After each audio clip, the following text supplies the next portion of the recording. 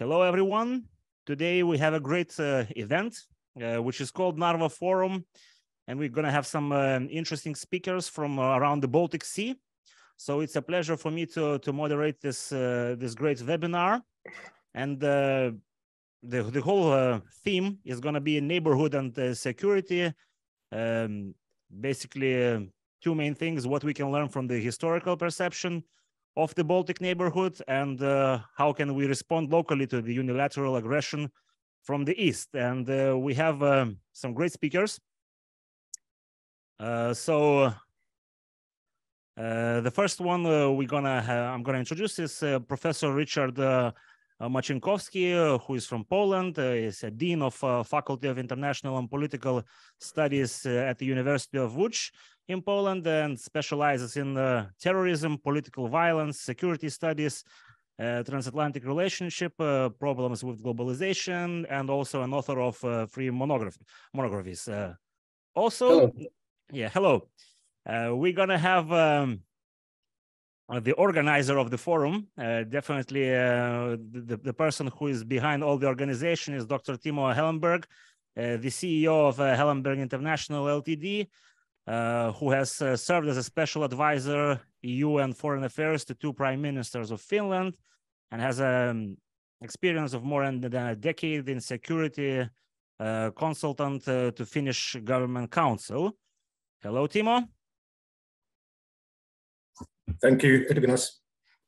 Also, we're going to have from Latvia, Dr. Atis Lejins, who is the founder of Latvian Institute of International Affairs.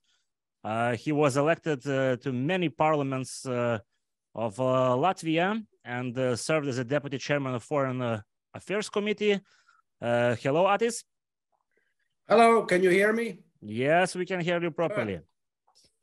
Okay, so from the other side of the Baltic Sea, we're going to have Mr. Michael Malm, who is a senior advisor at the Swedish Armed Forces Defense Staff and also Directorate of Strategic Plans and Policies. Hello, Michael. Hi. And back to the other side of the Baltic Sea, we have retired Colonel Vaidotas Malinionis, who is director of the National Defense Foundation, a non-profit in Lithuania. Colonel specializes in defense and security affairs in the Baltic region and provides expertise on defense and security matters for the local media, politicians, and other organizations. So here are our great speakers, and I guess we will give a word to the, as I said, the founder and the person behind the Narva Forum, Timo Hellenberg. So Timo, the mic is all yours. Dear Edvinas, dear colleagues, friends, thank you for this opportunity. And it is a great pleasure to participate to the second annual Narva Forum. This is very important time to address the issues of the security and the neighborhood at the Baltic region. Last year, we had a Narva Forum, which was titled 300 years anniversary of the New START Treaty. And we discussed about the impact of the New START Treaty, not only to the Baltic Sea and Baltic countries, but also to the areas of Karelia and Ingermanland, which were taken over by Russians in 1721. It's a great pleasure to take part today to the Narva Forum, and today our theme, as Edvinas already referred to, will be security and the neighborhood. I would like to just to address two important issues in the beginning. The first one is the new Russian rhetorics, which is used by President Putin and also many Orthodox leaders, speaking about motherland, the origins of the Russia, Kievan Rus, but also very recently about the Treaty of Göteborg, which was a treaty signed on 12th of August in 1323 at the island of Pähkinäsaari. The Treaty of Göteborg was signed between Sweden and Novgorod, and it was a very devastating consequence for Finland and the whole neighborhood of Karelia. So this is one issue I would like to address. There's a new rhetoric used by the Russian leaders, and also there is something to learn for the policies which are conducted and derived from the history. The second thing I would like to address is the importance of the neighborhood as a united force against the threat from the east. And actually this year it became 520 years when the United Baltic Force took an action against the Grand Prince Ivan III, who started to harass the peaceful time and peaceful life of the Baltic people, and there was the huge pressure against the trade and merchants in this region. So there was the counterforce, which was created between Livonia and Lithuania. This was signed on 17th of May 1501, and actually in Vilnius there was the 10-year alliance established, and thanks to this joint unity and this counterforce, there was progress led by Wolten-Plettenberg, and the peace was secured for next 60 years. So I very much welcome now, 520 years after, our discussion about the neighborhood and security. And Edvinas, thank you so much for putting all this together, and the floor is yours. My pleasure. So I guess we're gonna give the mic to Professor Ryszard Machnikowski to expand on his views. Okay, hello everybody. It's a great pleasure to be with you today, and I would like to divide my short speech into two kind of parts according to this agenda of our meeting. First, the historical kind of influence on our thinking about security within our neighborhood, and of course I don't want to lecture much on history, because, well, basically we should know all the basic facts. You know that Poland used to be a kind of first republic, so-called Pierwsza Rzeczpospolita in Polish, was playing an important role in Central Europe, and of course we had a kind of a commonwealth with Lithuania. Of course, the kind of assessment of this relationship is differing from Warsaw to Vilnius, but it worked for some political purpose also. But as you probably know, we had some problems with our neighbors, and of course our neighbors were also the major kind of territory from which these threats came. And of course, first of all, Poland was partitioned by neighbors, as you probably know. We had 3 rounds of partitions in the end of 18th century, when Prussia, Austro-Hungary, and Russia partitioned Poland. Ultimately, it was partitioned into non-existence, as you probably know. Since 1795, Poland was not having, Polish people do not have own state. And of course, that is a kind of historical remark, that we usually were attacked either from the east or from the west, or from both. We do not seek very much threats in the south. Let's say our relationship with the future Czech Republic, Slovakian Republic, or Czechoslovakia sometimes was, of course, tense, but basically we had quite good relations. And we do not have any problems with the northern kind of neighborhood through Baltic Sea, because, as you know, this recent invasion of Swedes happened in 17th century, so we forgot all about it, and we don't care very much about it. So our perspective on this northern kind of neighborhood is particularly now very important, and we would like to welcome Sweden and Finland in NATO as soon as it is possible, because it gives us some kind of a feedback within this alliance. Of course, Poland appeared once more as a state in 1918, as you know, and it was immediately attacked by Russia. This time Soviet Russia or Communist Russia.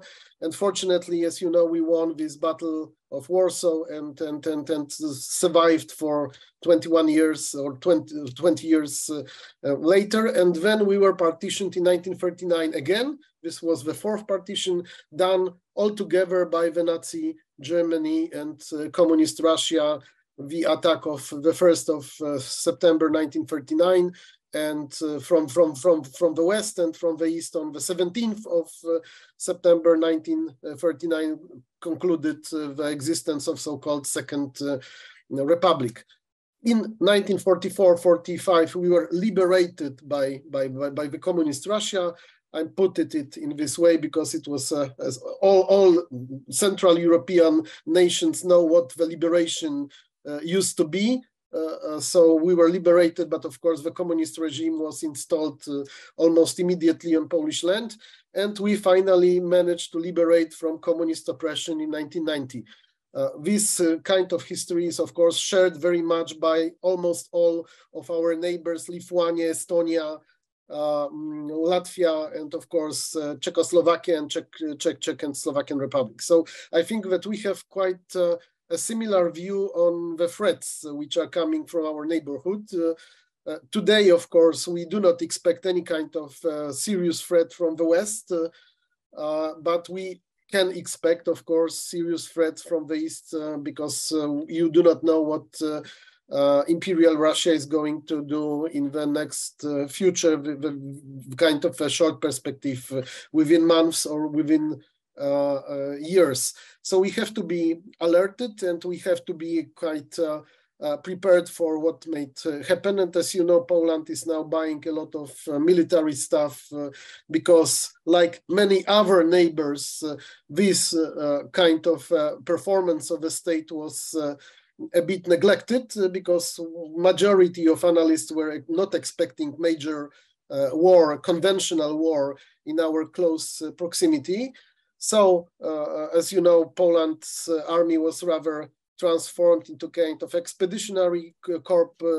They took part in Iraqi and Afghanistan as a part of NATO forces there, and some kind of an alliance in case of Iraq. So, of course, we had some capabilities for peacekeeping, peace building, and this type of stuff. But of course, the conventional army was to some extent neglected. Now it is in a very short period, we try to do as much as possible to build up a military force which is capable of defending the country from the conventional threats as well.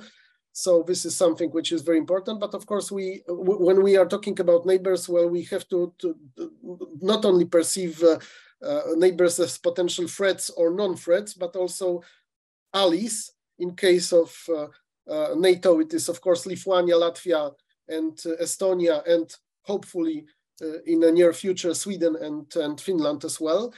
And of course our neighbors like Czech Republic, Slovakian Republic, Romania, and Bulgaria in the Balkans. Eastern Balkans, so we have to take care of their security as well, because this is very important for our security. So we have to treat them as a kind of also supporting force, and we have to support their initiatives to maintain security in their respective regions. So this is very important. And of course, we have to ask what if we have to take into account, we have to imagine the situation, what if we are meeting some kind of a threat from Russia on the Polish land? And we hope very much that this NATO alliance is still going to help us, but as you know, this help is going through some territory. And the main question from the Polish perspective is whether this assistance, military assistance, may be delivered from the territory of Germany, because as you probably all know, this behavior of German authorities in the context of this war in Ukraine is a bit strange, to put it in this way.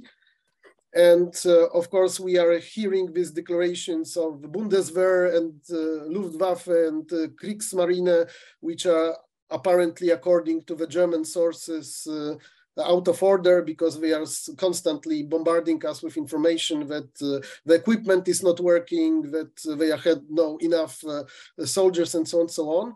So basically, of course, we have a huge question whether the Germans are going to help us. So we do not have any illusions that they are going to help us with their military forces, because we do not think so. But at least do not be objected against some kind of help which is coming from the United States, because still the majority of American bases are in Germany. And through Germany, this military assistance can be transported into Poland. So basically, this is a kind of a big question mark about the political stance towards the possible attack of Russia on NATO territory. Of course, we do not think that this is highly likely. Just to be sure, we do not expect it soon, and we do not expect it as a very probable kind of an event.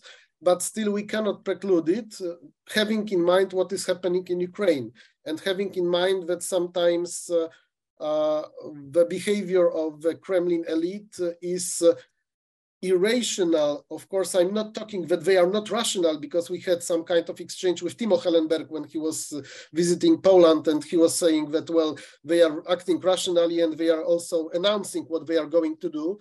So I totally agree with Timo's point of view. But from external, let's say, observers, it looks like it is irrational.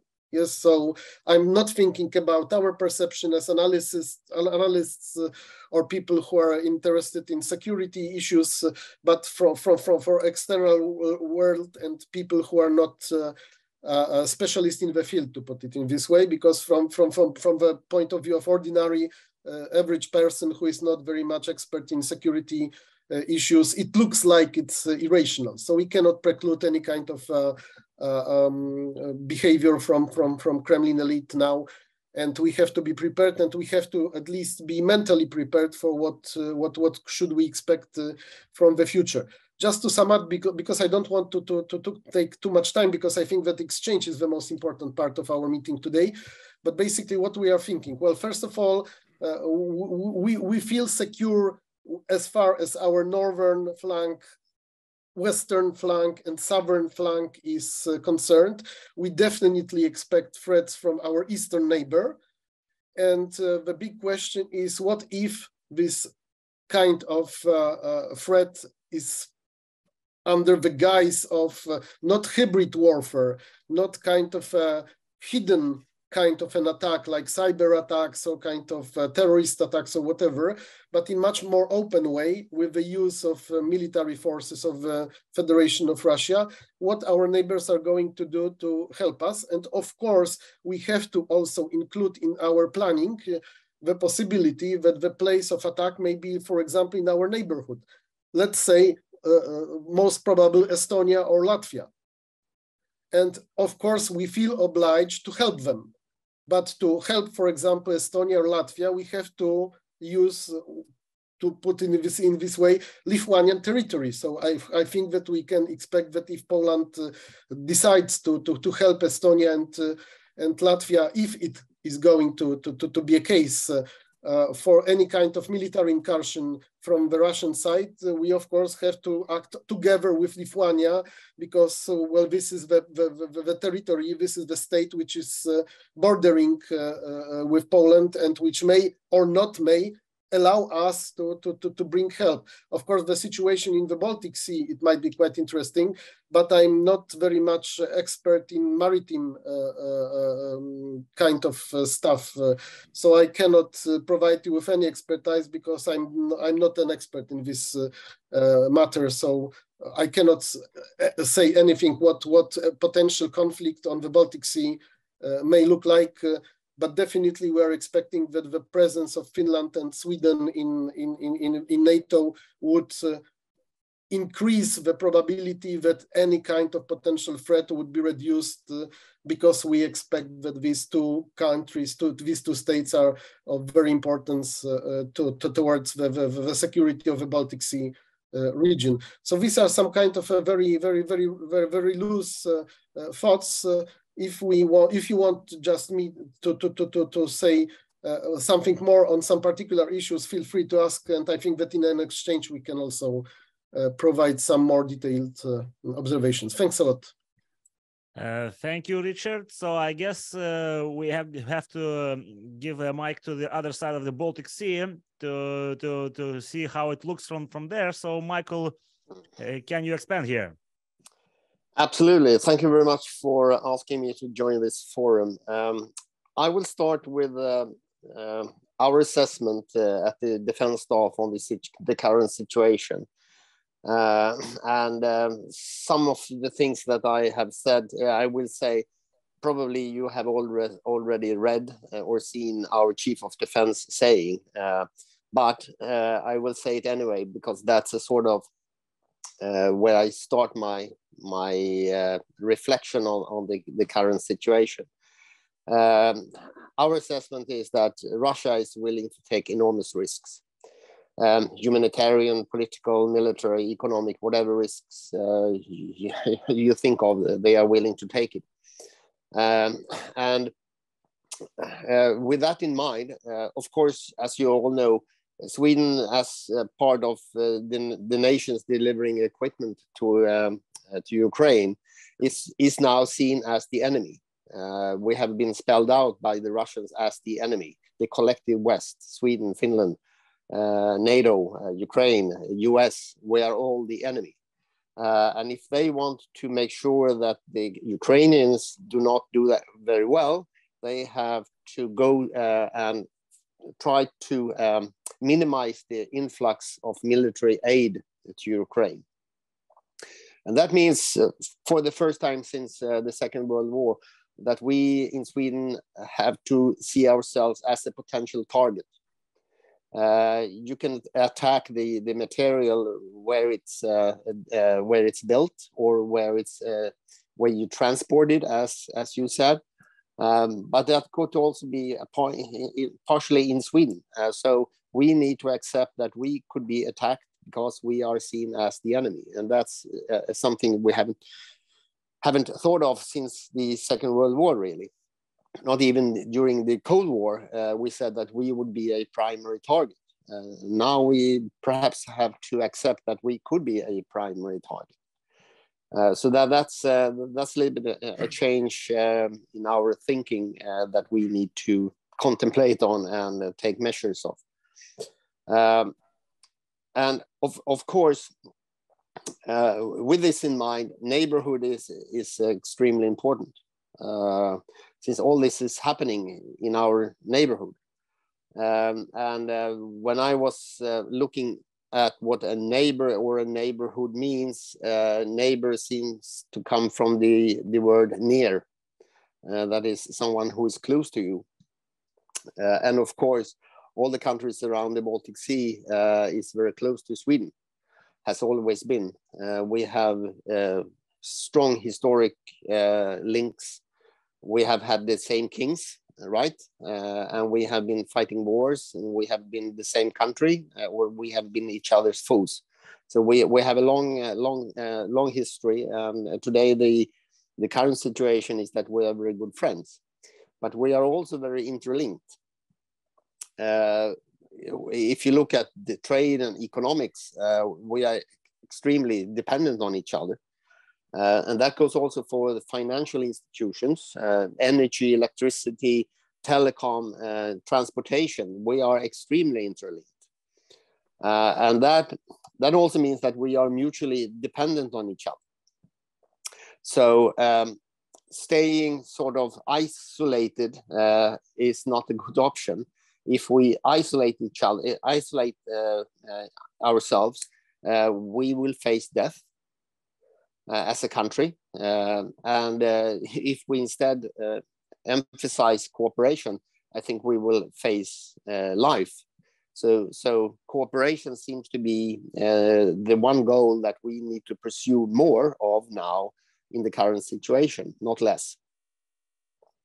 And already now, even if Sweden and Finland is not fully members of NATO, I would say that we already have a very changed geopolitical map. And right now in Sweden and in Finland, we have two processes going on at the same time. One is the ratification process. And right now, as you know, Turkey and Hungary have not yet ratified our membership. I guess it will take some time. I'm not worried. We are not worried.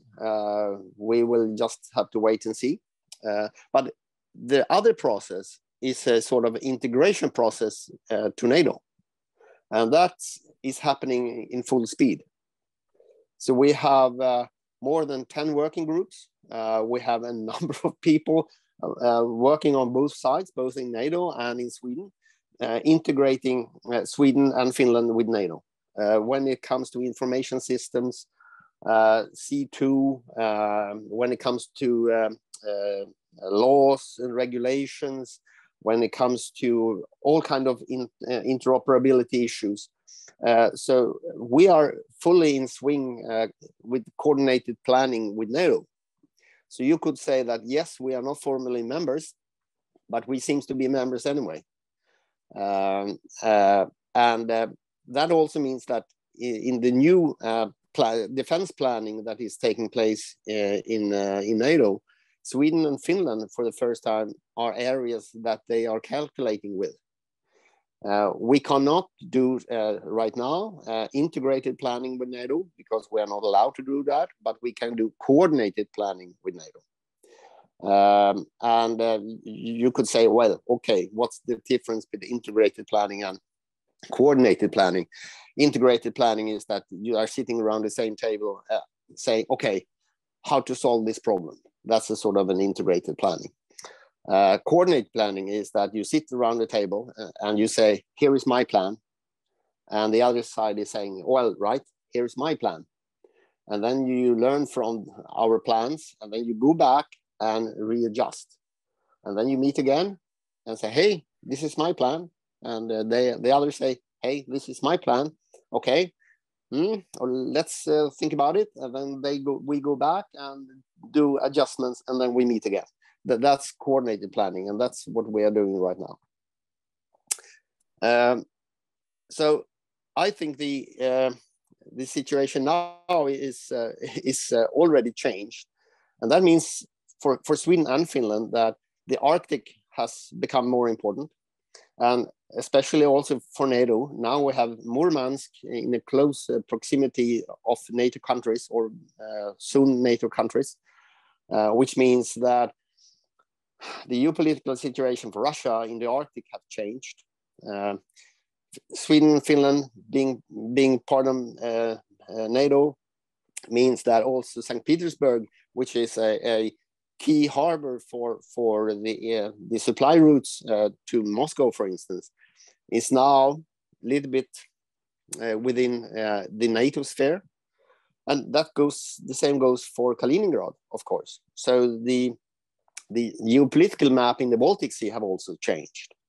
And then I think we need also to look at what is happening in the Black Sea, because the Arctic, the Baltic, and the Black Sea seems to be part of the same map that we need to understand. We can't just look at the Baltic Sea. That's too narrow. We have to broaden our perspectives, also thinking about the Arctic and the Black Sea. What does that mean? Well, I think we need to rethink the concept of security, what we mean by security, and how we define it and how we make it happen. And that also means that we have to rethink our own role and responsibilities when it comes to security. And our Chief of Defense have said many times that Sweden are willing and ready to step forward and take a very active role in the defense of the Baltic Sea, together with the countries, even if they are not NATO countries, but all the countries around the Baltic Sea. So we will, I think you will see Sweden taking an active role, more active role, and a leading role in the defense of the Baltic Sea. There are numerous of examples that we are doing right now, things that we didn't do a year ago, taking part in different exercises and missions already in the Baltic Sea. I think we had an Air Force exercise in the Baltics a couple of weeks ago. So we need to rethink our role and responsibility as a nation. And thirdly, I think we have to rethink our concept of cooperation. What does it mean to cooperate within the neighborhood? And how can we do that with both the Nordic countries and the Baltic countries and countries like Poland and countries like Germany? We all need to cooperate more and perhaps in a different way. And we need to sort out our roles and responsibility within that kind of cooperation. So that perhaps concludes my not so short presentation, but anyway. Thank you, Michael. So we're gonna give a mic to Atis Lejins to expand on the Latvian perspective, since it was mentioned already as a potential target. I think it's a value to hear what the Latvians think about that. Well, thank you. You hear me, right? Yes, absolutely. Okay. Well, let me thank both Timo and Ryszard for excellent historical summaries. It is sometimes worth learning from history. And I have actually two main points. I'm not worried about Germany, as Ryszard said, because all armies were run down in Europe, as was already said, expeditionary forces, and that's it. But you must remember, in Germany, Schröder was the main agent of Putin, let's face it.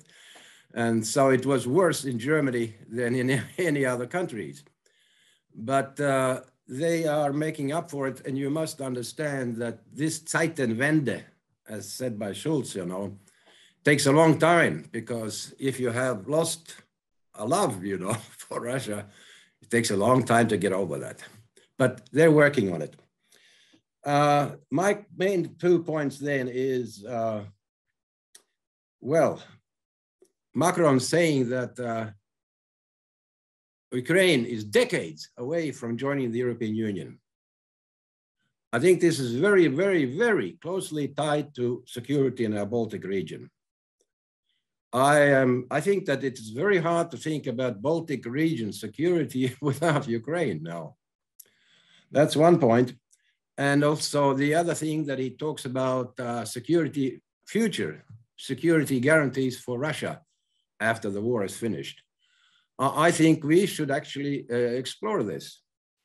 Although when he went to America, he said, well, we agree on everything. We're really from the same page. Then let me, about Finland and Sweden in NATO. Maybe we can discuss this a bit more, because a Swedish representative said, made 2 good points. I didn't realize the concepts of integration, what is it now? Integrative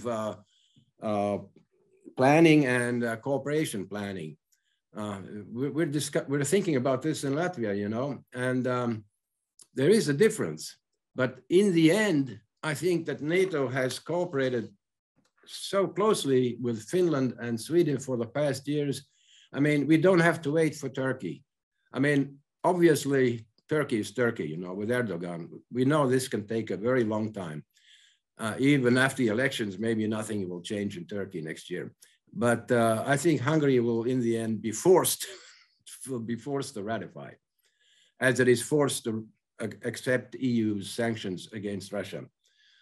But my question is to Swedish representative Michael. cooperative planning means that if we are attacked, NATO will respond. But the question is, there is no strategic plan right now ready in NATO for Baltic security, right? We're still working on it. That is a point. That is a point. And so my question maybe is, does it matter? Does it matter?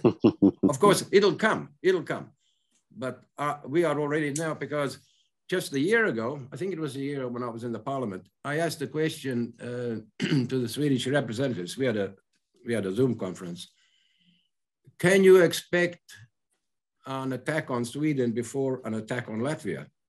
And the Swedish representative said, well, just a few months ago, the government announced that Sweden could be the first target. So there we are. We are all together in on this. I'll end with these words. Thank you. Thank you, Atis, for the great questions. I'm pretty sure we're gonna expand on them in the discussion. So now we have Colonel Vaidotas Malinionis to give us some point of view from the military side. So Vaidotas, the floor is all yours. Thank you, Timo, and for organizing this discussion. I think it is very relevant and very important, and for the very obvious reasons. Yes, so since 24th of February of this year, many things happened, and I don't remember who from the dictators said that there are decades when nothing happens, and there are months when decades happens. Yeah, so I think this year we suffered precisely what a lot of things happened. Yes, and now we have candidates to NATO, Finland and Sweden, which was not possible even imagine maybe a year ago. Yes. So now it becomes reality. So, and what we face and what we can conclude of, I totally agree with Michael's observation with the Swedish position that Russia is willing to take enormous risks, political, military, and others, and they are proving, they are taking those risks. So normally thinking, you know, they should abandon their ambitions maybe 8 months ago, but they are not, and they are still, you know, drafting and mobilizing the reservists, and they're using purely equipped people, and they don't count their losses. They lose every day approximately 500-600 troops per day, which is enormous, you know, for normal democracy country. That wouldn't be acceptable even to think about that. So, but they do it, and probably they can increase it. So we will see.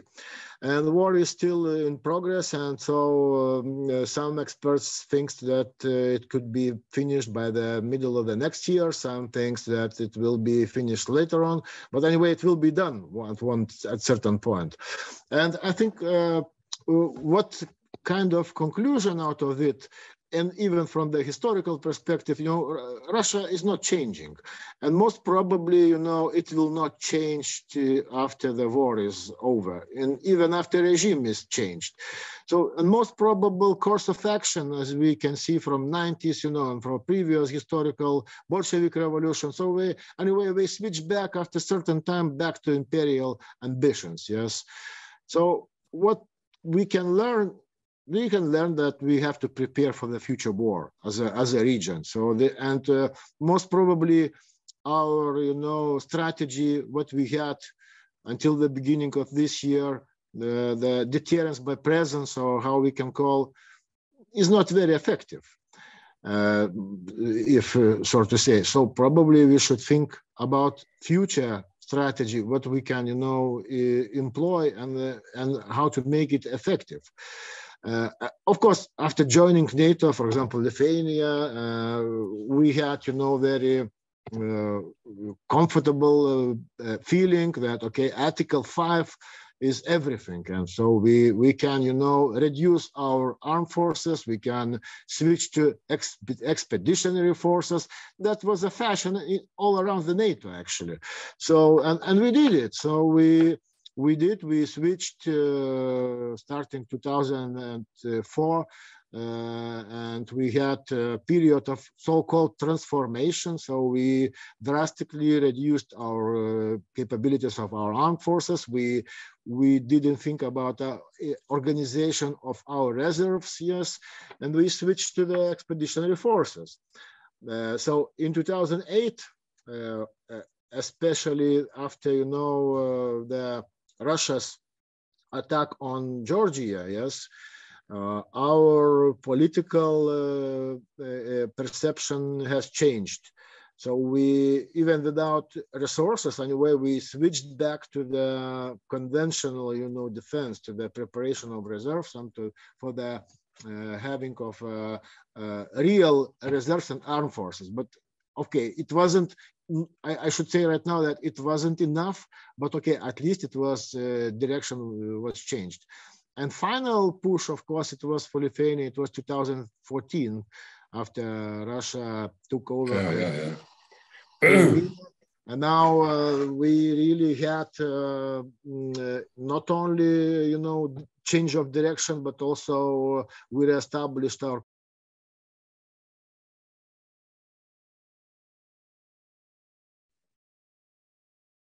And also we have allocation out for GDP. So and right now we have more than 2% for the GDP. I'm not saying it's enough, but anyway, it's changing. And how can I say, we have, in shortly, you know, it's not announced officially. No politician is announcing it, but I can say from what is happening that now we are moving from expeditionary forces. We move to the forces which can be capable to fight limited wars. And now we are moving to the force which can fight total war. So from one battle armed forces to armed forces which should be capable to win wars. So right now we closer to one battle armed forces, but we are moving to the right direction. And what I see, you know, very big benefits of joining Sweden and Finland, because you guys are new, and your new ideas and inputs can be, you know, the pushing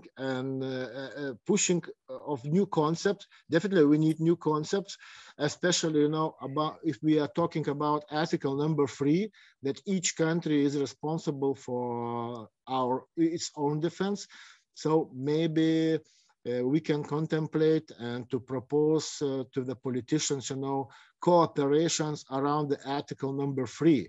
Maybe with your, you know, accession to NATO, we can think how we can, you know, cooperate around that Article number 3. Maybe we should develop some kind of common HQ. Right now, you know, I'm just brainstorming, which could, you know, employ all forces what we have in the region, including Navy, Air Force, Land Force, Cyber, and other, you know, important compositions. So, and in this case, if we could cooperate around it, we could increase interoperability, which is really not satisfying right now. And I can bring an example. For example, Lithuanian armed forces, we have one infantry fighting vehicle platform. Latvians have another one. Estonians have another one. Estonians have T9 artillery systems. We have, you know, PZ-2000, and in case if something happens, we cannot supply and we cannot support our neighbors. This is bad. We are reducing our, you know, capabilities drastically. So if we can increase cooperation around Article number 3, and if we can increase interoperability, we can multiply 10, 20 times our, you know, security and deterrence capability. So this is my notion. I am not saying it's an easy task. It is very hard task because, you know, democracy works. We are small democratic countries, and we have each has its own opinion. But today, I think it's the best time to push to this direction. And if we will not use this time for the, you know, increasement of interoperability, probably we will not have another one. So it will be too late. So now it's a good time, and I'm very happy that Finland and Sweden is joining NATO, and you are welcome, guys, with the new ideas and with the new initiatives. So thank you. So I guess this second part of our forum, I would like everyone to get more involved into the conversation, and I guess we can since Timo has mentioned the Zapad 21, there is always a threat of Suwalki Gap, an attack on Warsaw, but currently we have, you know, the war in Ukraine, which was one of the scenarios, but probably not the main at the point of the Zapad 21. So who would like to start how we should, you know, collaborate and basically what we can do as nations of the Baltic Sea region to help Ukraine overcome, you know, this attack and finish the war and retake the territories and get the aggressor out of the territories. Can I say something? Sure, go ahead, Atis. Yeah, well, obviously, everybody knows that Russian forces are tied down in Ukraine. That's why we're much safer. I mean, we're talking about security, but the Russian army is there. Just one point, the Spakov airborne division was destroyed in the first days of the attack on Ukraine, among others with their weapons. But they have rebuilt, but I don't know how effective they are. But the fact is that they're tying down the Russian army there, and actually the Ukrainians are fighting for us. Now, this is a war that we are supporting, but it's being fought by the Ukrainians. Everybody knows this, all right? So what we're doing is the right thing. We're sending as much aid as we can, okay? Even the Baltic states send weapons. I mean, we have no helicopters left because we sent them to Ukraine, but now we just got we bought two new American Apaches, right? Two brand new Apaches that came to Latvia 3 days ago, and we're getting more and more.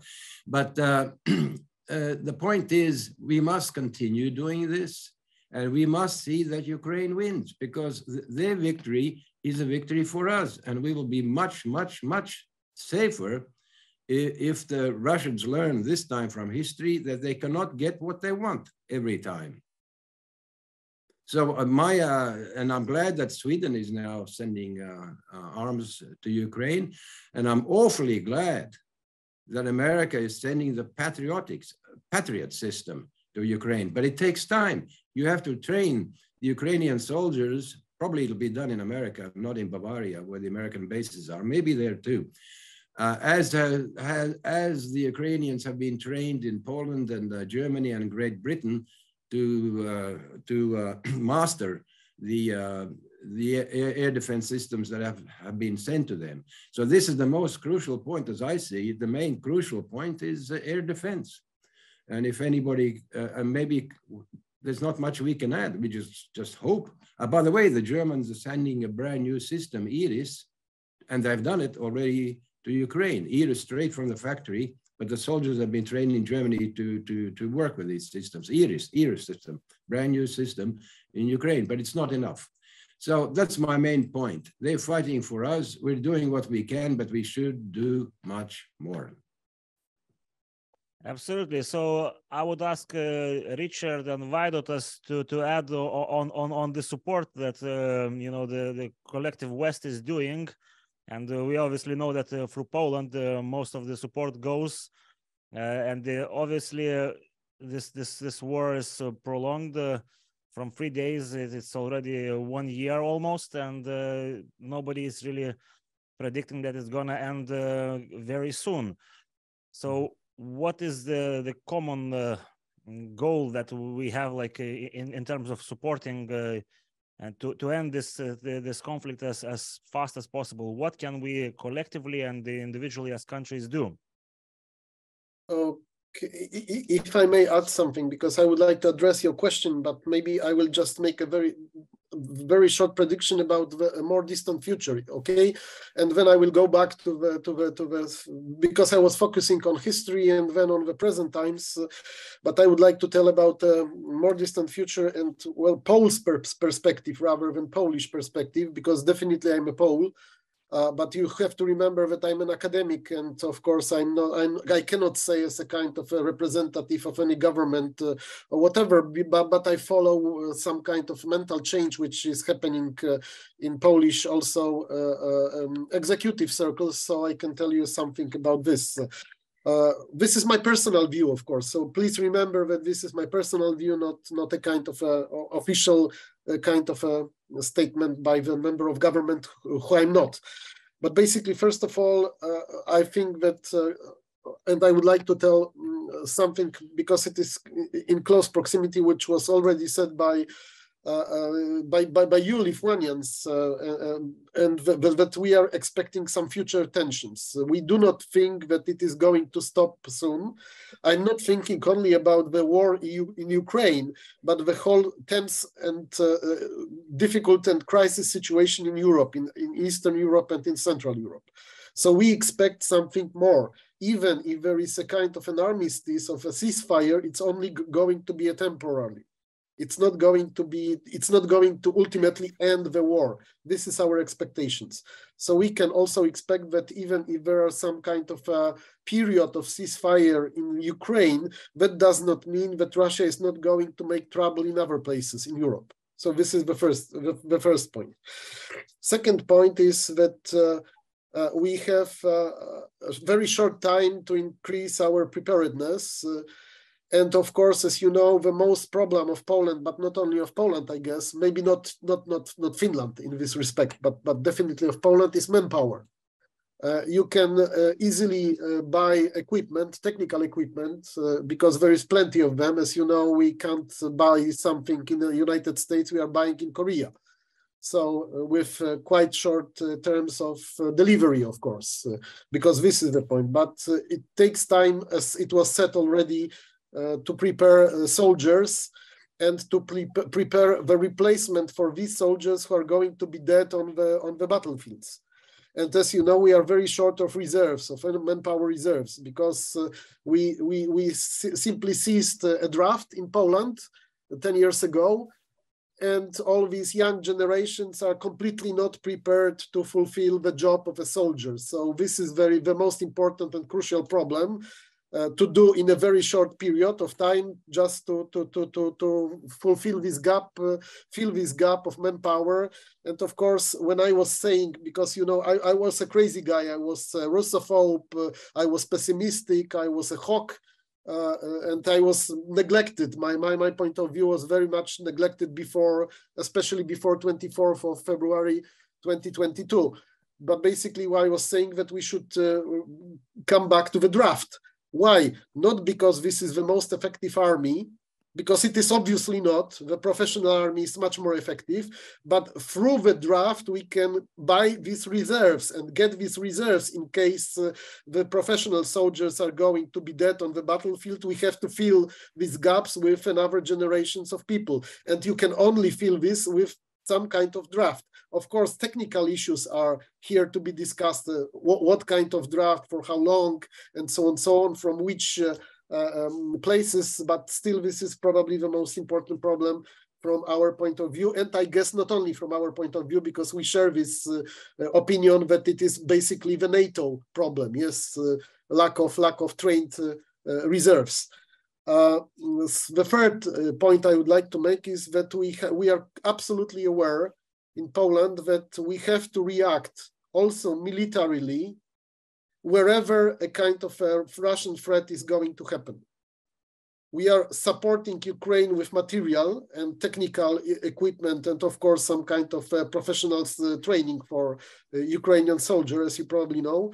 But we are absolutely aware that if anything which includes the use of military forces may happen anywhere. Let it be Romania, let it be Lithuania, let it be Estonia, let it be Latvia or whatever, Finland, we will have to react with support and even with direct use of Polish military.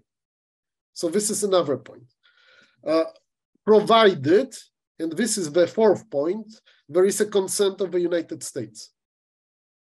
Because you have to be aware that without the consent of the United States, we are not going to do anything, like it was with Ukraine. We were very reluctant in the beginning, and when there was clear sign that the United States is supporting Ukrainian side, we immediately started with our support. So this is going to be repeated in future. So if we have a consent of the United States to be involved militarily, even with the use of manpower, in any spot of trouble in Central or Eastern Europe, we are going to do it because we want to fight wars, not in Poland. And this is obvious, as you know. Now, the Ukrainians are fighting, and this is good what Atis said, as long as Russian army is involved in Ukrainian adventure, they are not having enough resources to do seriously damage somewhere else, but still, if they are going to do, we have to fight these wars as far as from Poland as it is possible. So definitely we are going to support any kind of military force outside because this is in our interest. We don't want to fight our wars in Suwałki, in Białystok, in Warsaw or wherever. So this is the thing. So the consent of the United States is, of course, very important. And this is the crucial political and also material problem. And the fifth kind of point I would like to make, and when I stop and when I refer to Ukraine conflict, we have no illusion that we are going to be supported by the whole NATO nations and states. We do not expect any kind of assistance from France, definitely. Of course, as I have said, we do not expect any kind of significant assistance from Germany. We hope they are not going to interrupt, at least. So this is good if they are not going to interrupt. But we do not expect them. What we are expecting some kind of a support from United States, of course, from United Kingdom. This is obvious, and we hope. This is also the realistic expectation, but we also very much expect support from Sweden, Finland, and other states in our nearby, because this is very important. This is very crucial for us. Even if it is one company, for example, we can send a division, yes, a kind of an armored divisions anywhere. But if it is accompanied by one company from Finland and one company from Sweden, it is important for us because it is a kind of a political support. Because we have no illusions that basically the majority of warfare has to be done by Poland, because still it is the biggest country, just to put it in straightforward way. Yes, we still have 38 millions of population. Yes, so we still have these reserves, untrained, but still we have these reserves which are not in possession of any nation in our neighborhood. If we add the population of all our neighbors, it is still less than Poland, and we are perfectly aware that we have to do it. Nobody is going to do it for us. But if we get this kind of support, political support, and some military support from our neighbors, we are going to do the job, of course, as good as it is possible. So this is the kind of a prediction for, let's say, 3, 5, 10 years in future. What I can recommend now, first of all, it is obvious. We have to support Ukraine as much as possible, as long as possible. We have to encourage the United States to keep this position, which is now, which is supportive, yes? So we should welcome any kind of signal that they are sending serious technical equipment to Ukraine. And of course, we have to increase our involvement in training of Ukrainian soldiers, treating the wounded Ukrainian soldiers. As you probably know, there are hospitals in Poland where they are treated, and Poland should stand firmly and support Ukraine as long as it is possible, no matter our political and material costs, because still the war is out there and not here, near Łódź, near Warsaw. So this is basically what I can say. This is obvious, but I think that it should be stated. This is obvious, and this is, of course, but I think that it should be stated loudly here that we have to do as long as possible, because as much, just to put it frankly, as much Russians are killed in Ukraine, we do not need to kill them here, yes, closer to our borders. So basically, this is the basic, most important and most obvious interests, because they are not going to stop. They are even, this is exactly the sentence, even if there is a change of regime, Russia is not going to change significantly. It should be partitioned, it should be in complete disarray. In this case, which is very unlikely, we could not be afraid of Russia. But it doesn't matter what kind of regime is basically ruling Russia. Remember, it was Yeltsin. Yeltsin was supposed to be a democratically elected president, and Russia was supposed to be a democracy. They started war in Chechnya, they started partitioning of Moldavia. So it was under Yeltsin. So we should not expect that any significant change of regime can stop Russia from imperial aims. So this is basically what I would like to stress here. Thanks a lot. Thank you, Ryszard. I guess Vaidotas could fill in on the blanks here. What is to be done to get this conflict in Ukraine finished as soon as possible, and as Ryszard mentioned, to get Russia as weak as possible? Yeah. Thank you, Ryszard, for very clear and good explanation of the problems. I totally agree with everything what you said.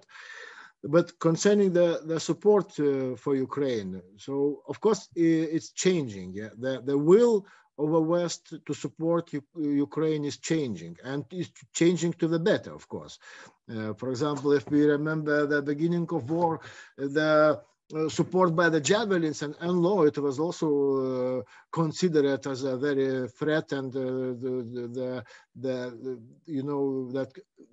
that support could lead to the World War III nuclear exchange and so on. Now we are supporting even the Patriot system, so it's already decided that Ukraine will have Patriot systems, and I hope what is extremely needed for Ukraine. Of course, each support, each country, each initiative is very important. But, if Ukrainians don't have, capacity to hit back to the launching positions inside of Russia, that is, right. that leads only to the prolonged but defeat, because only defense it leads to defeat. So it's no other way. Ukrainians must have that capability to hit back, and so those rockets like ATACMS to HIMARS are very vital, and I hope our strategic partner, the United States, will finally decide to provide them. Anyway, they will provide, but the sooner the better, probably. And Ukrainians also demonstrated, that they can do it, and just recently attacked airdromes in Engels air bases and in Ryazan, in vicinity of Ryazan. And in Engels, it was attacked already second time a couple of days ago.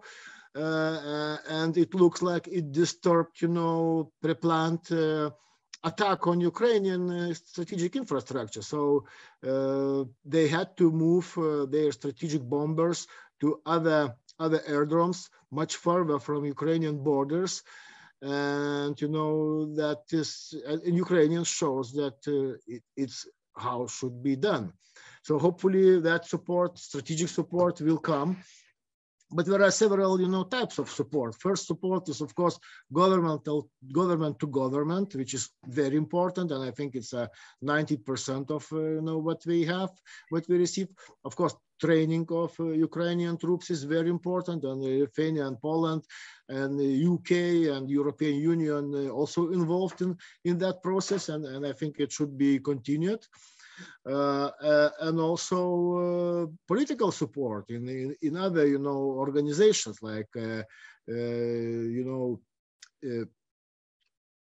European Cooperation Europe Security Organization and UN and other organizations.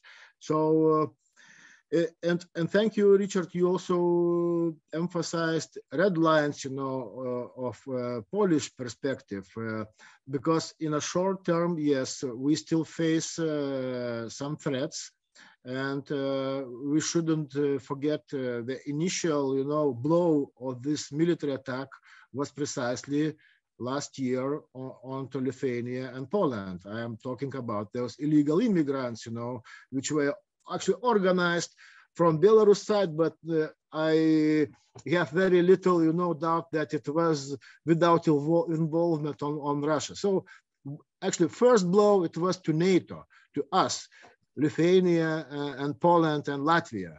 So yeah. So and that was everything was happening later. It was just continuation of the same scenario.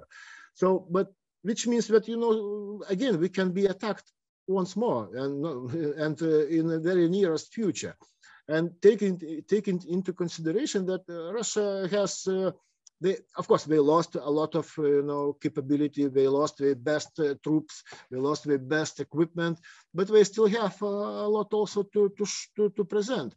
And for example, all of you that Putin divided coercive power, so monopoly, yes. So armed forces of Russia divided their capacity with Prigozhin, Wagner Group, Kadyrov, and a few other, groups, which is so they divided military might, which should not be divided in a normal state. And there are also signs that some of them, like a close group called Rusish, which is close to Wagner Group, they are collecting intelligent information, about, for example, Lithuanian border guards, about our, armed forces, and about, exercises, NATO troops. And they also can independently, organize some provocations.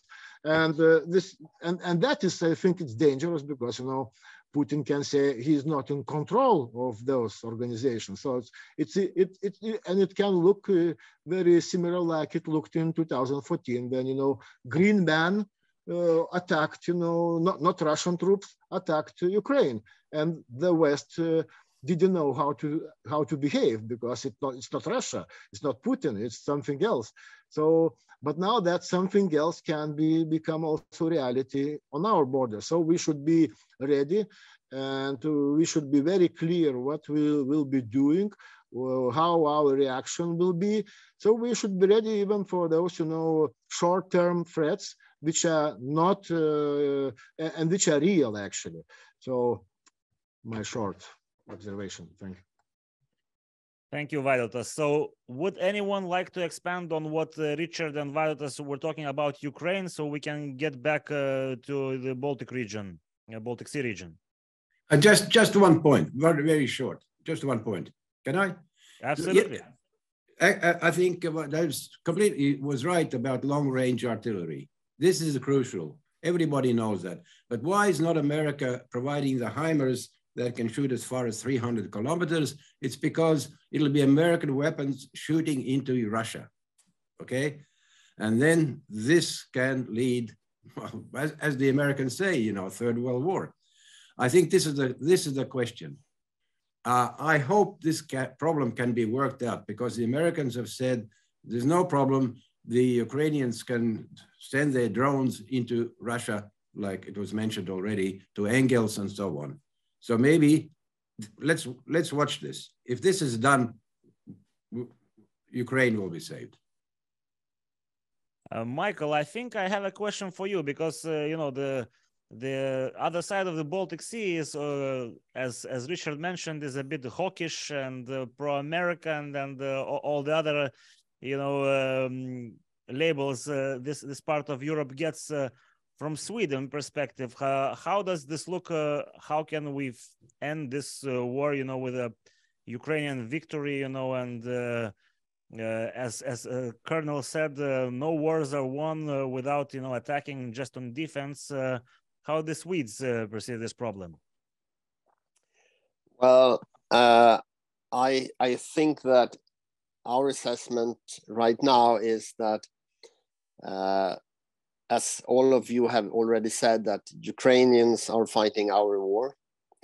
And it's extremely important that Russia doesn't win anything, because even a small win is the wrong signal.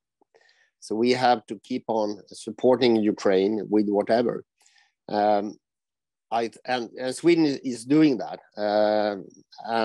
I was talking with some people on the municipality level, where we have the factories that are building the equipment that are then sent to Ukraine. And they have increased their security, of course, because we can't exclude anything. That's also an assessment that we are doing at the defense staff. We can't exclude any actions from the Russian side, not even nuclear arms. So we have to be prepared for anything. That's perhaps also something that is new, that we can't exclude anything. Because the fundamental insecurity that we are facing right now is fundamentally new.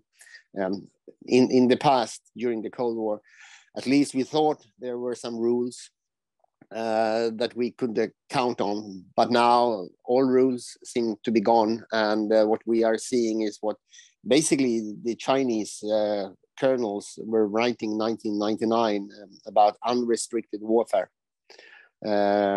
We can't see that the Russians follow the law of the war, etc., etc., etc. So I think we are facing unrestricted warfare, and that's something that we have to be aware of, and also that we have to make our population aware of, because we who are in this business are aware of it. But if I ask people at the gym, for instance, how they assess the situation, they are not seeing it this way. They can't really understand what it really means. So I think we need to support Ukraine with whatever it takes. What's interesting to think about is, when will the situation in Ukraine be so bad that either NATO as an organization or a single country says, now we need to support Ukraine, not just giving weapons, but also support with troops? When will any country say, now it's the time when we can't really just support them with material? Now we need to do something more. Michael, I want to interfere a bit. To be honest, I think there was such statement from the Polish side that Poland could help, Ukraine with the manpower and basically with their forces. Yes, I fully agree. Yes, I heard that too. But I mean, when will the situation be like that? What's the kind of situation we will see in order for that to happen? That's the question, because it's always been during a lot of tabletop exercises that we should do this and that, but we have never really come to the situation where we said, okay, now it's time. Perhaps we don't know when it's time to do it. We only know it when we see it. But I think in order to prepare for it, we need to understand more when the red line was, when we were at the red line. Okay, does anyone want to add something to this? Edvinas, if I may, absolutely, very quickly. Thank you. I would like to reflect to Michael and also Atis that I have proposed 3 things to be conducted immediately. If a legitimate government of Ukraine, elected at Verkhovna Rada by democratic elections, is requesting a non-fly zone to be established, what's the problem here? I'm a political scientist from background. I can't find any argument why there's no non-fly zone from Chernihiv till Mykolaiv and all the way to the Lublin in Poland. This is the triangle which is crucial for civilians, evacuation, for subsidies, and this is the minimum thing which should be orchestrated by West immediately. The second thing, safe land corridor to deliver support for the Kiev and the people in the capital region. So there should be a secured land corridor established immediately. The third thing, what I have proposed, is to kick out Russia from Security Council, because Russia was never elected as a country to the United Nations Security Council. It was the legacy of the Soviet Union. Only the flag was changed. And of course, there are arguments that this is impossible and China will block it. But what then? Then the responsibility will be in Beijing to block it. So if there's no will, there's no action. These are the very, very concrete steps I would like to see immediately to taken into place. And when it comes to the overall situation with Ukraine, it is now 8 years when the war actually was launched by Russian proxies in Kiev. So I think we shouldn't go to the trap to discuss about 1 year war. It has been 8 years of devastation. Millions of people have lost their lives and their livelihood in the area and the future. And I would like to underline the fact that couldn't agree more that if we neglect these very basic principles, we are playing the ball for the Russians. So we should accept the fact that it's 8 years war and West has been silent. So it's high time to act. Thank you. Thank you, Timo. So I guess Ryszard could add something, because Poland was mentioned, and most of the security in terms of the corridor and the triangle, Lublin triangle, is involving in Poland. How do you see this?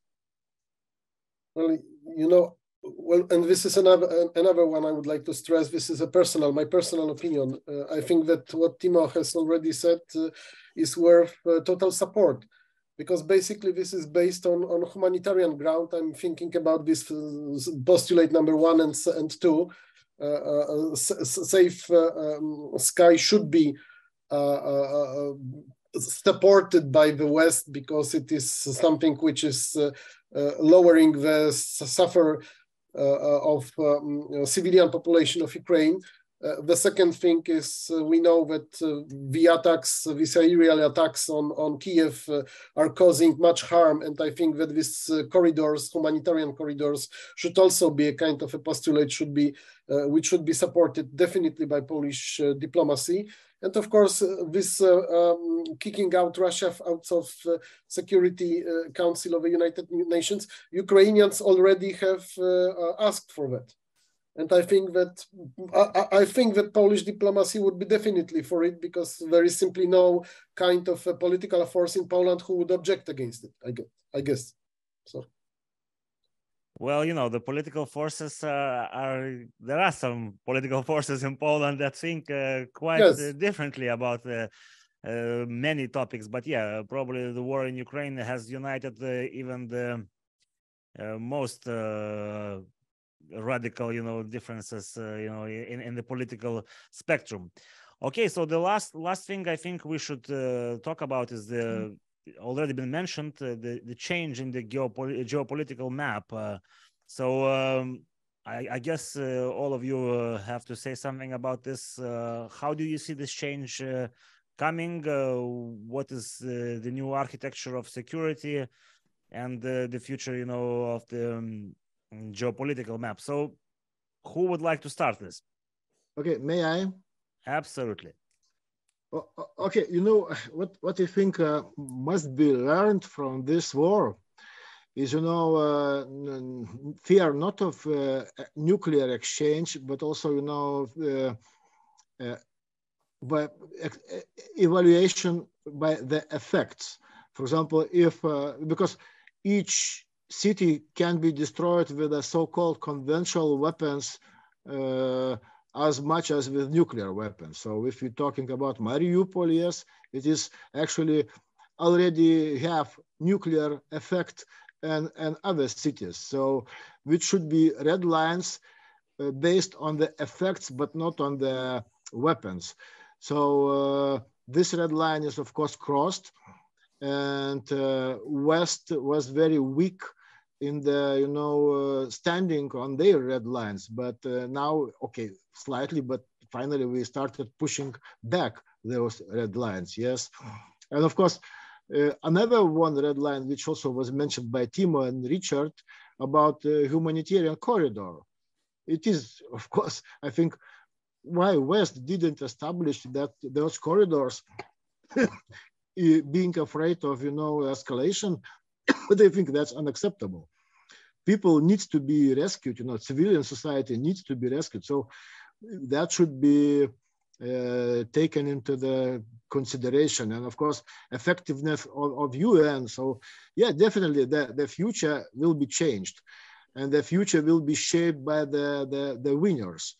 And winner, of course, will be Ukraine, United States, UK, Poland, and of course Baltic, all Baltic region. So the new future will be shaped by the winners. And of course those problems which we are facing right now should be taken into the consideration. The effects on the civilian society and assistance to the civilian society.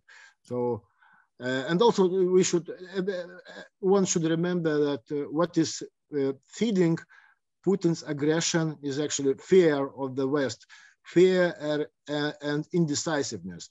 So as soon as West shows decisiveness, Putin immediately, changed his direction. And by the way, Erdogan showed several times it works.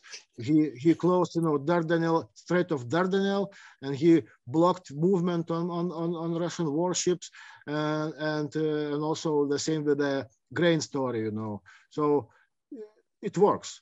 So and fear is the main, fuel for Putin to go ahead. So this is my short observation. As usual in this conversation, I would like to ask Michael from Sweden, because we hear that, let's say, less vocal is France and Germany.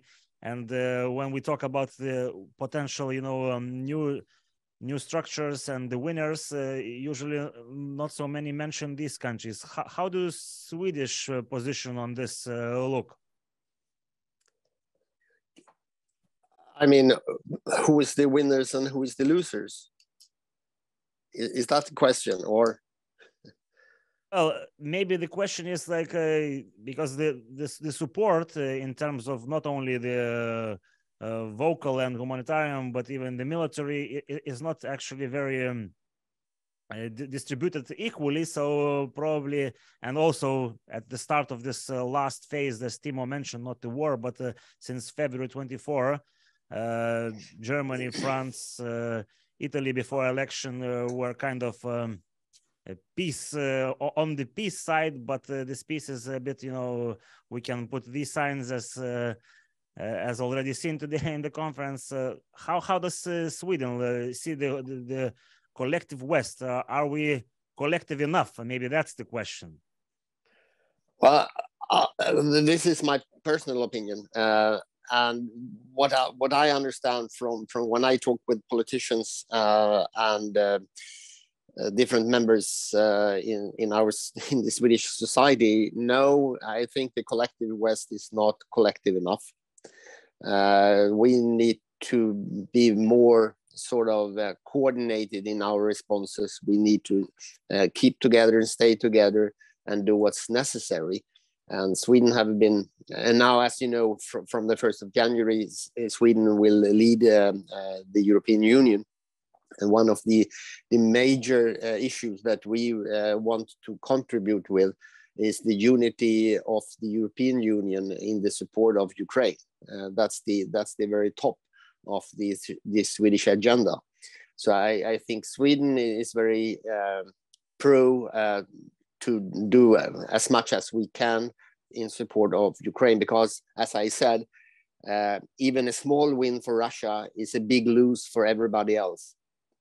So we need to make sure that not just Ukraine win in Ukraine, that we are winning in Ukraine. And in order to do that, we need to do whatever we can.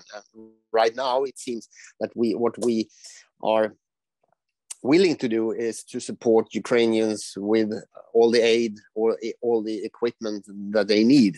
And perhaps we can do much more. And I agree with the Timo and Ryszard's assessment on that we need to do more.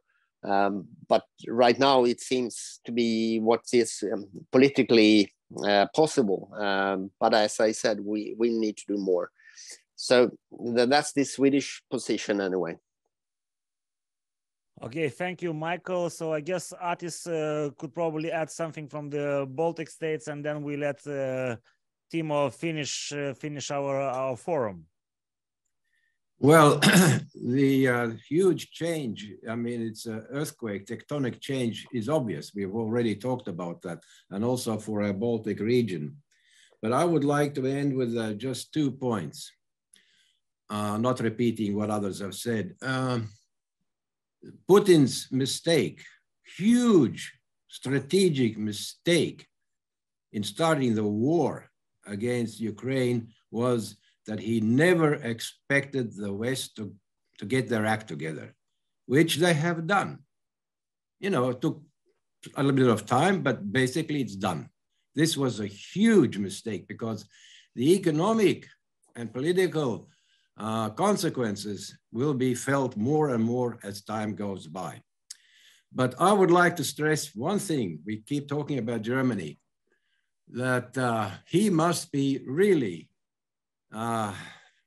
he's not drinking, I know that, he's a teetotaler, but he must be really depressed in the fact that he lost his most strategic partner in Germany, the most important country in Germany, the most important country in Europe for our defense and for relations with Russia is Germany. It's always been in history like that, right, Timo? It's Germany. And losing Germany was his biggest strategic mistake. If he was a drinker, he'd be drinking now. Now the question is, will he lose America? If Trump is elected as president of America in 1.5 years, that's it. Because he already has said that Zelensky is the biggest ungrateful welfare queen in the world. Literally, that's what he said. And he said previously that if he had been president, there would be no war in Ukraine. But then I hope that the American administration, especially after Zelensky visited the Congress, well, that was a genius trick by the Ukrainians. That really turned public opinion in America, which was already eroding because, well, you know, it was eroding already with the Republicans and so on, but not all Republicans, just a small minority, thank heavens. So these are the 2 points I would like to leave you with. Schröder, finito, and his policy. And let's hope the Americans keep it up, because without Americans, we're lost. Thank you, Atis. So, Timo, the floor is all yours, and you should end the forum with your remarks. I would like to emphasize the importance to predict the Russian policy at the moment, because it is heavily based on the Russian interpretation about controllable information society, Russian interpretation of the history, and the Russian regime trying to justify their action in Ukraine by delivering the lessons from history. So in order to predict what is to become next year, we need to go in our mindset to that time frame, which is referred by the Russian regime at the moment. And in the beginning, I referred to the peacemaking mission, which was established in 1501 by the Livonian forces together with the German reinforcements. And this was possible because there was the peace treaty between Livonia and Lithuania signed in May 1501. So there was a possibility to concentrate on the peacemaking mission at the current Pskov, Novgorod area. And this was very fruitful time because the kind of threat and devastation was wiped out for next 60 years to come. What is interesting, of course, is that Russia is using the same tactics today in Ukraine, what they used during the Livonian War, which lasted from 1558 until 1590, depending on the calculation method. And destroying the civilian population, the livelihood of the nation, is the old methodology of the ultra-Orthodox thinking. So to wipe out those people, those nations which are not accepted by the people in Kremlin. I would like to emphasize the importance of the interoperability and local alliances, which was referred by many our speakers today. And particularly the time when the Livonian forces sought alliance and protection from Sweden in July 1562. I think this was the first Nordic-Baltic alliance, which was formulated thanks to the protection of the King Erik of Sweden. And that brought some sort of joint operational capability to the region to handle the everlasting Russian aggression, which was shown for hundreds of years before this time. So what makes the Russian current policy particularly interesting now is that they are referring constantly to the Treaty of Nuremberg, Treaty of Neustadt. For instance, last year, when we had a Narva Forum, 300 years anniversary of the Neustadt Treaty, we discussed about the current situation in Karelia and Ingermanland, particularly from human rights perspective. So what happened to these Finno-Ugrian nations after 1721, when Russia took over these lands and areas? Has the prosperity livelihood improved, or has it been getting worse? This is a very important question.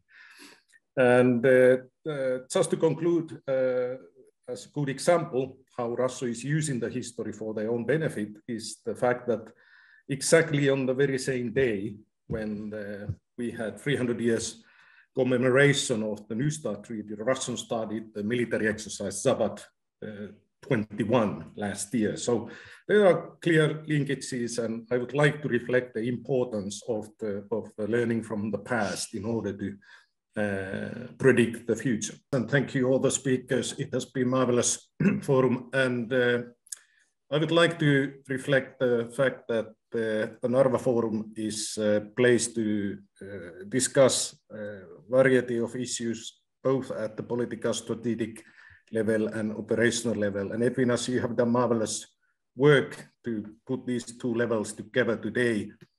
I would like to just to conclude very shortly that when Finnish military, Finnish troops, together with the Swedish and German troops, liberated Eastern Karelia on 1st of October 1941, there was a lot of issues in the air, how to deal with the civilian population and how to make sure that the people who are not engaged in the warfare will be protected, including the youngsters, elderly people, and how to maintain the schools, hospitals, so that people can continue their livelihood. During that time, the Finnish troops, together with Allied forces, discovered a cemetery south from Petroskoy. And this cemetery, in Russian, we say it Krasny Bori, represents the time of Stalin in 1930s. It was created by Stalin. And this is the area where Stalin and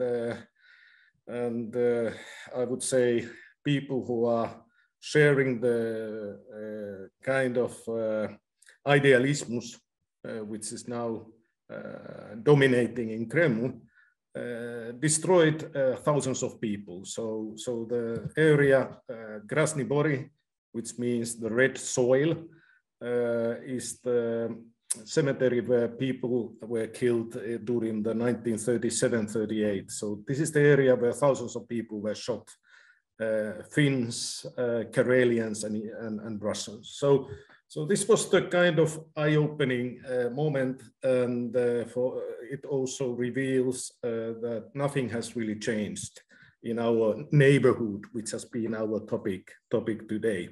When we look at the tactics and maneuvering of the Russian troops in Ukraine. And the discussion today has been utmost concrete. It has been most valuable. And I really hope that we can carry on with these many ideas, and hopefully we can have a lot of discussion afterwards within our own communities and organizations, what to be done in order to contain the Russian aggression in the Baltic Sea region, including Ukraine. So thank you very much on my behalf, and thank you all for great participation.